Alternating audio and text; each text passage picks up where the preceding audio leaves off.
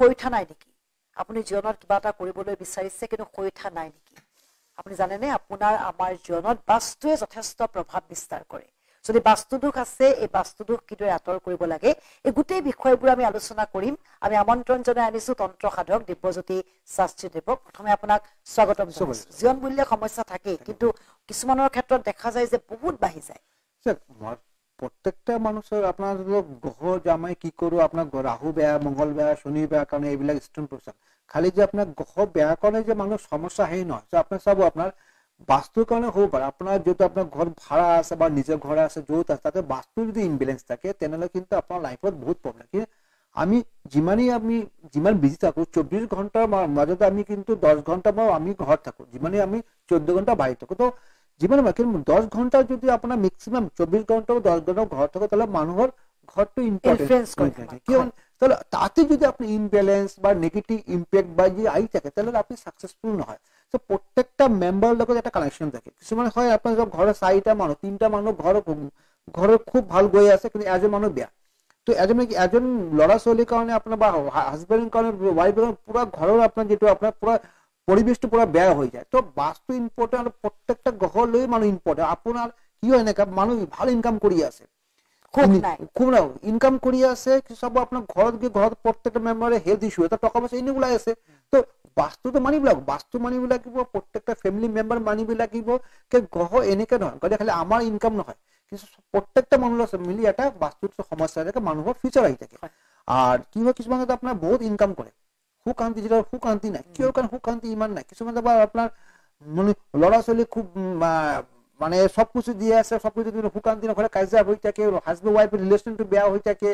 আর আজিকালি যেটা মানে হয় ম্যাক্সিমাম কি এক্সট্রা অ্যাফেয়ার হয়ে থাকে এগুলা কিয় কারণে হয়ে থাকে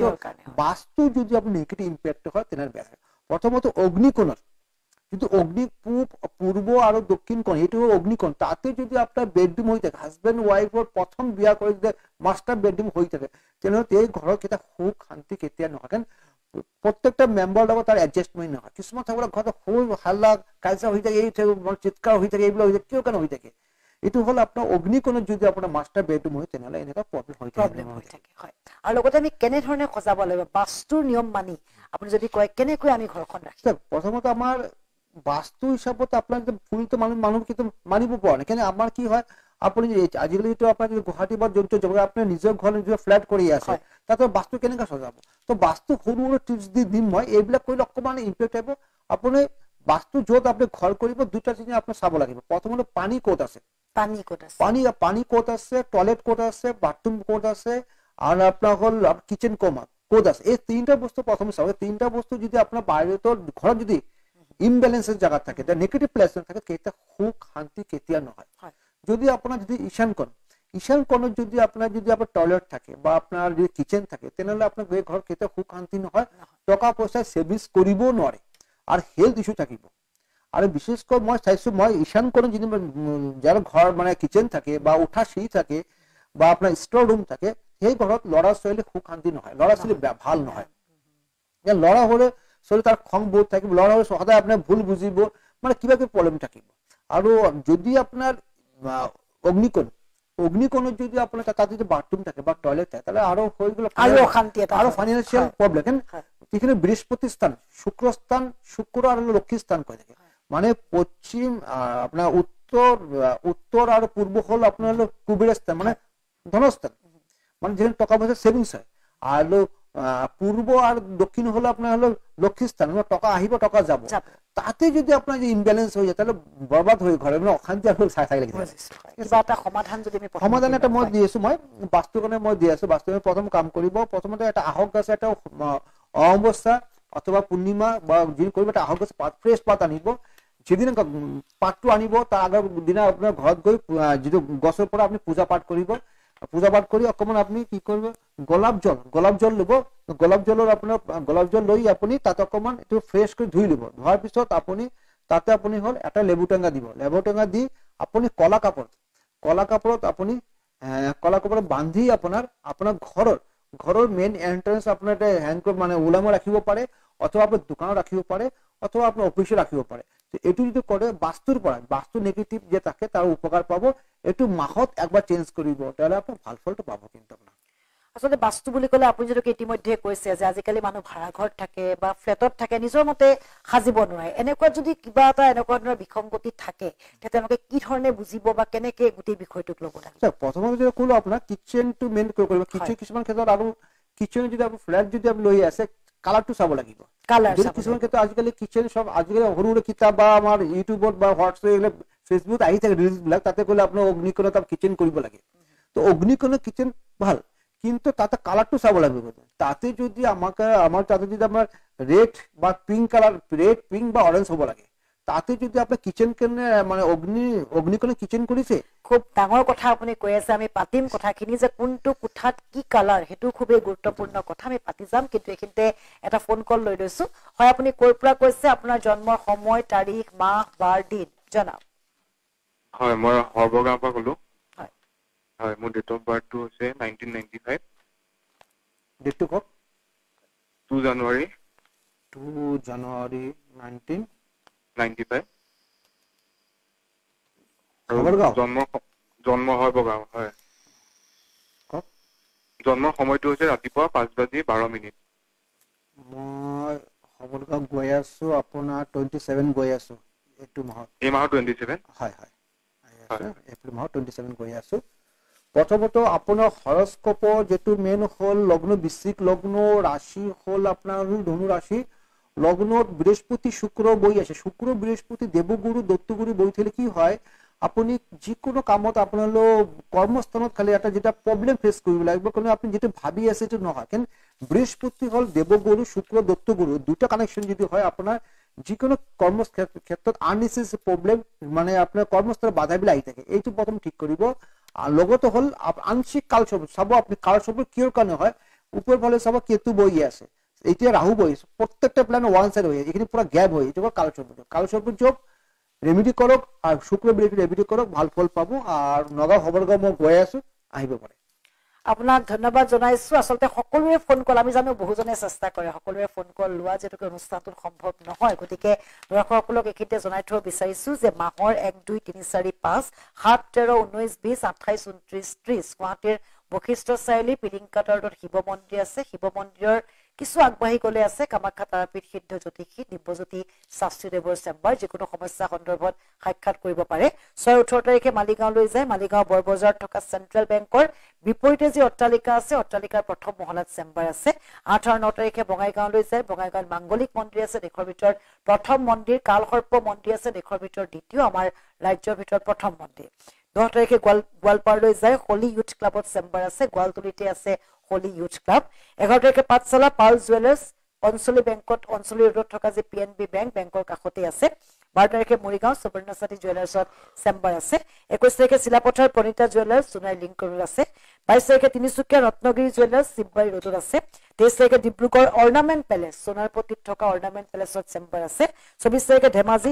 মা জুৱেলাৰ্ছত চেম্বাৰ আছে চাৰ্কিট হাউচৰ বিপৰীতে। 25 তাৰিখে নৰ্থ লখিমপুৰ আদিত্য জেমছেন জুৱেলাৰ্ছত চেম্বাৰ আছে আৰু গাৰ্লছ হাইস্কুলৰ বিপৰীতে আছে আদিত্য জেমছেন জুৱেলাৰ্ছ। লগতে 26 তাৰিখে তেজপুৰলৈ যায় তাৰকনাথ জুৱেলাৰ্ছত চেম্বাৰ আছে, NB ৰোডত আছে। 27 তাৰিখে নগাঁও শৈবৰগাঁও বিনাপানী নাট্য মন্দিৰ কাষতে আছে লিলি জুৱেলাৰ্ছ আৰু ইয়াতে আছে কামাখ্যা তাৰাপীঠ সিদ্ধ জ্যোতিষী তন্ত্ৰ সাধক দিব্যজ্যোতি শাস্ত্ৰীদেৱৰ চেম্বাৰ। লগতে আমাৰ এটা হোৱাটছআপ নম্বৰ দিছো 8486238219। যিকোনো সমস্যা আপোনাৰে হওক বা আপোনাৰ আত্মীয়জনৰে হওক পোনপটীয়াকৈ মেছেজ কৰি আপুনি সুধিব পাৰিব, সমাধান দিব কামাখ্যা তাৰাপীঠ সিদ্ধ জ্যোতিষী গৰাকী। আৰু লগতে আমাৰ DY365ৰ ফেচবুক পেজত আমি অনুষ্ঠান সম্প্ৰচাৰ কৰিছো। অনুষ্ঠান চাওক, আপুনিও উপকৃত হওক। আমি ঘৰত ব্যৱহাৰ কৰা হোৱাটছএপৰ এটা নিশ্চয় মই লিলো শুভম দেৱনাথ কোকৰাঝাৰৰ পৰা হোৱাটছএপ কৰিছে। 15/5/1996 ৰাতিপুৱা 10টা কোকৰাঝাৰ জন্ম। লগ্ন হল কৰ্কট লগ্ন, মেঘ ৰাশি, অশ্বিনী নক্ষত্ৰ, গণ হল দেৱগণ। কৰ্কট লগ্ন একাদশত বহি আছে ৰবি বুধ বুধায়িত্ব ভাল ৰাজ্য বহি আছে। শুক্ৰ বহি আছে আপোনাৰ লগ্ন দ্বাদশ খুব ভাল। আৰু বৃহস্পতি ভগ্ন মানে 6 নম্বৰ ঘৰত আপোনাৰ বহি আছে বৃহস্পতি। আৰ 3 নম্বৰ ঘৰ ৰাহু আছে। আংশিক কালসৰ্পযোগ বৃহস্পতি ভঙ্গ কালসৰ্পযোগ থাকিলে প্ৰথমত আপোনাৰ হয় কেৰিয়াৰ লৈ 1996 জন্ম, অলমোস্ট আপোনাৰ 27 প্লাস চলি আছে। কালসৰ্পযোগ থাকিলে প্ৰথমত কেৰিয়াৰ লৈ প্ৰবলেম থাকিব। 9 হাউসে শনি কেতু মানে শনিৰ যদি কেতুৰ লগত বহি থাকে লাক সাপোৰ্ট কম কৰিব। প্ৰথম লাক সাপোৰ্ট কম কৰিব। কালসৰ্প এটা ৰেমেডি কৰক আৰু কোকৰাঝাৰ যদি হয় তো চেম্বাৰ নাই বঙাইগাঁও মই 8-9 থাকো বঙাইগাঁও আহিব পাৰে চেম্বাৰ আহিব আৰু বঙাইগাঁও বুলি ক'লে আমি এটা কথা ক'বই লাগিব যি মন্দিৰ আছে 64 গৰাকী দেৱ দেৱী দেৱীৰ মন্দিৰ আছে মূৰ্তিও আছে পূজা ভাগো আপুনি কৰে নিয়মিত গতিকে তাতে ভাৰতবৰ্ষৰ দ্বিতীয় কালসৰ্প আৰু ভাৰতবৰ্ষৰ প্ৰথম মন্দিৰ আৰু তাৰ লগতে যিটো মই কৈ থাকো সদায় মই এই সৰু টিপছ দি থাকো এই টিপছ বিলাক কৰিলে প্ৰথমতে আপুনি 20-30% ইমপ্ৰুভমেন্ট পাব আৰু তাৰ লগতে মোৰ এইটো 4th জেনাৰেশ্যন চলি আছে 19 বছৰ আপুনি মোৰ নিজৰ অভিজ্ঞতা 19 বছৰ আজিলৈকে মই ষ্টন দিয়া নাই মই যিকোনো সৰু টিপছ মই দি থাকো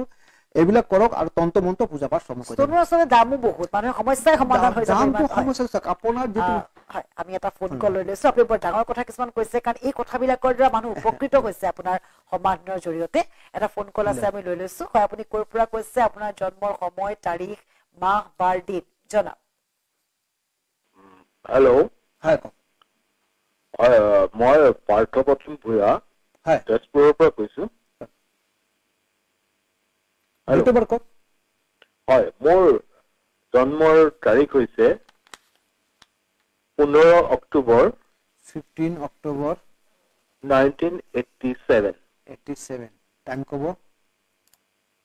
টাইম মোটামুটি আপোনাৰ ৰাতিপুৱা 11:30